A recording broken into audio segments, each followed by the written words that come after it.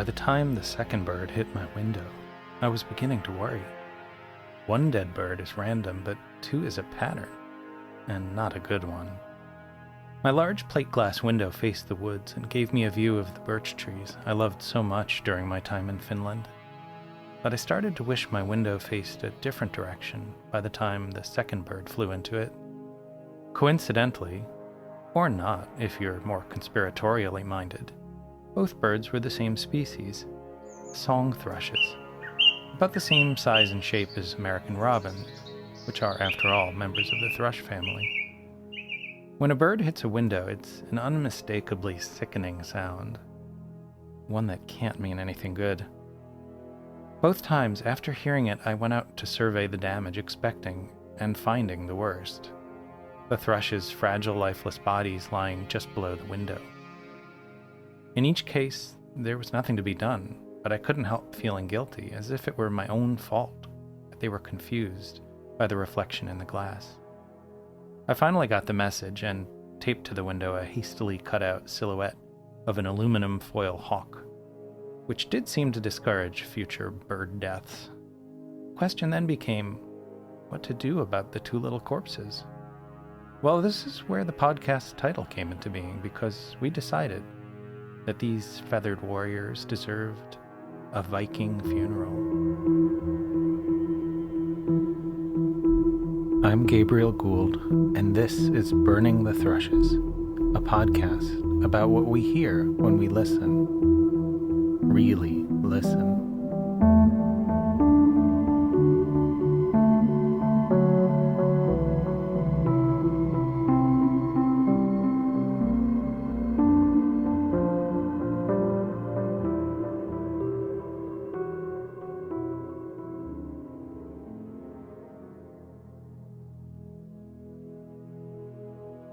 I was in Finland in the month of July, during the peak of the so-called White Nights.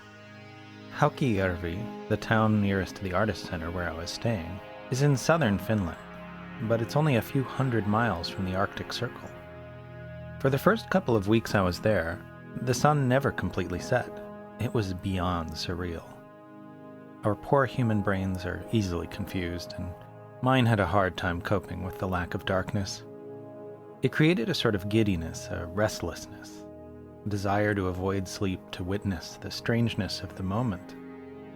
Despite jet lag, I felt no desire to get to bed at anything resembling a normal time. Granted, I am a night owl by nature, but it was clear that many others' circadian rhythms were equally discombobulated. Almost every night, someone inevitably built a campfire, and we stayed out until all hours in the perpetual twilight, talking, comparing creative notes, and on one regrettable occasion, playing an awkward round of truth or dare. So when it came time to honor the passing of the two thrushes, the fire represented a more fitting and dramatic way to ritualize the moment than simply burying them in the woods. Another artist, whose room was near mine and had similar feelings about the thrushes, built two beautiful birch bark pyres for the birds, nestling them into a collection of wildflowers and grasses. One bird went straight into the roaring fire, but for the other we had more elaborate plans. We grabbed a few of the one-speed bikes that the center provided us, pedaled down the dirt road in the not-quite darkness, to the lake where I had tried to record the cranes. See episode 1. In an attempt to recreate a very Hollywoodized sense of drama, we lit the pyre and pushed it out into the still waters of the lake. It was anticlimactic. The birch bark was, in retrospect, not a great choice for a flotation device because the fire was quickly extinguished and the whole apparatus began to sink. It was definitely a comedy of errors, but it also suited the utter weirdness of the whole experience. And ultimately, despite some disappointment, we felt we had at least tried to do the birds justice by returning them to nature. Thus, the thrushes were burned, or at least one of them was. And the kernel of an idea for a podcast was created, although I didn't know it at the time.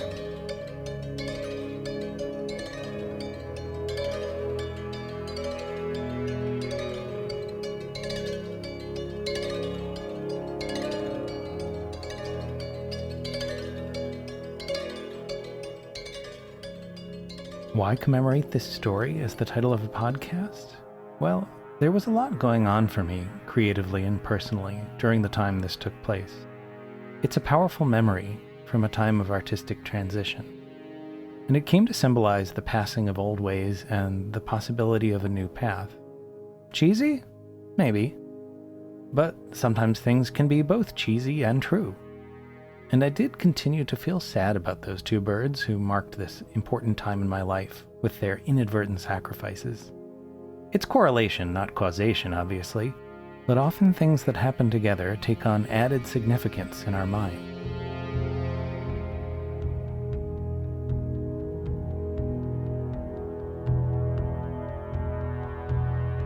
Although it's true that I was primed for a creative change, the fact that it happened in Finland during that summer was not entirely coincidental. The sounds of the place gave me an unexpected focus, and I found that, on their own, they seemed to leave space for music to occur. There's actually a theory in sound studies, known as the acoustic niche hypothesis, which suggests that, in a healthy ecosystem, living organisms carve out their own acoustic niches or frequency zones so that no other creature is competing for their sound space. I felt in some ways that the field recordings I collected left a niche for me to fill with music and voice. One of the results of this process was koivu, but another was an extended keyboard improvisation accompanied by the dawn chorus of early morning birds. Or maybe it was the other way around. The piano was accompaniment to the sounds of nature. Hard to tell.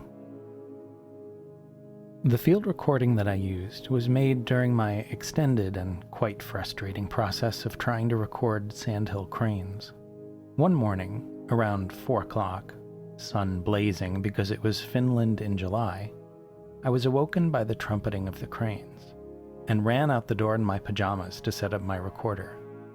It wasn't necessary to monitor it, so I went back to bed and tried to block out the bright sunlight enough to get more sleep. I ended up recording several hours of birdsong, but not a single crane, of course. And yet, all was not lost. The recording was beautiful even without them. It was quiet but complex, and there was a surprising variety of birds. I'll pause here for a tangential aside. I have an amazing app on my phone called Merlin, which is produced by the Cornell Lab of Ornithology. It helps to identify birds based on the waveform of their songs, but Merlin didn't exist in 2017, and I wasn't able to use it to identify the birds of rural Finland that I recorded, and unfortunately, despite its amazing ability to narrow down a species when used in real life, it fails miserably when played a recording of birds. It's just too smart, and it seems to know the difference between real birds and their digital representations. I whittled down the recording to the most lyrical section I could find, isolating about 13 minutes, and then sat down at the piano to see what might happen. Here's a piece of what I came up with. The name of the composition? What else? Burning the Thrushes.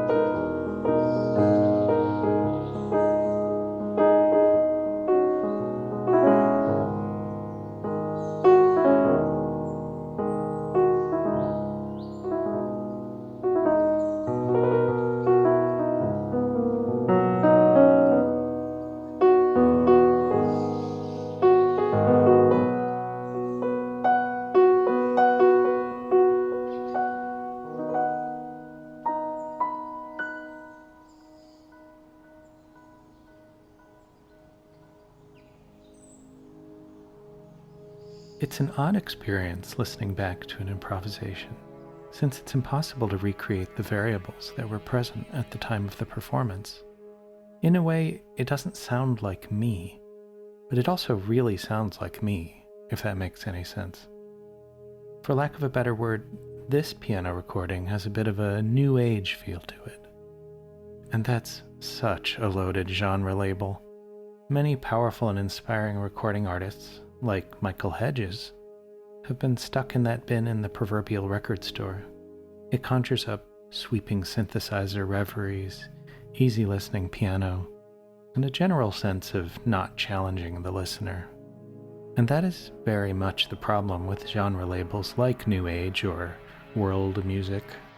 They're essentially meaningless, except they provide the recording industry a convenient label under which to file them.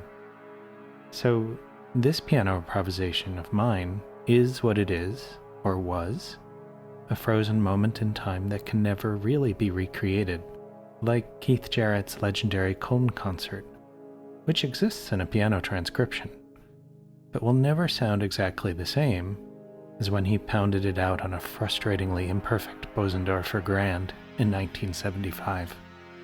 For a wonderful examination of this story, check out Tim Harford's Cautionary Tales podcast, not a sponsor. But I hope that it honors the soundscape of the Finnish forest where the field recordings were made and fits into the acoustic niches left by the birds.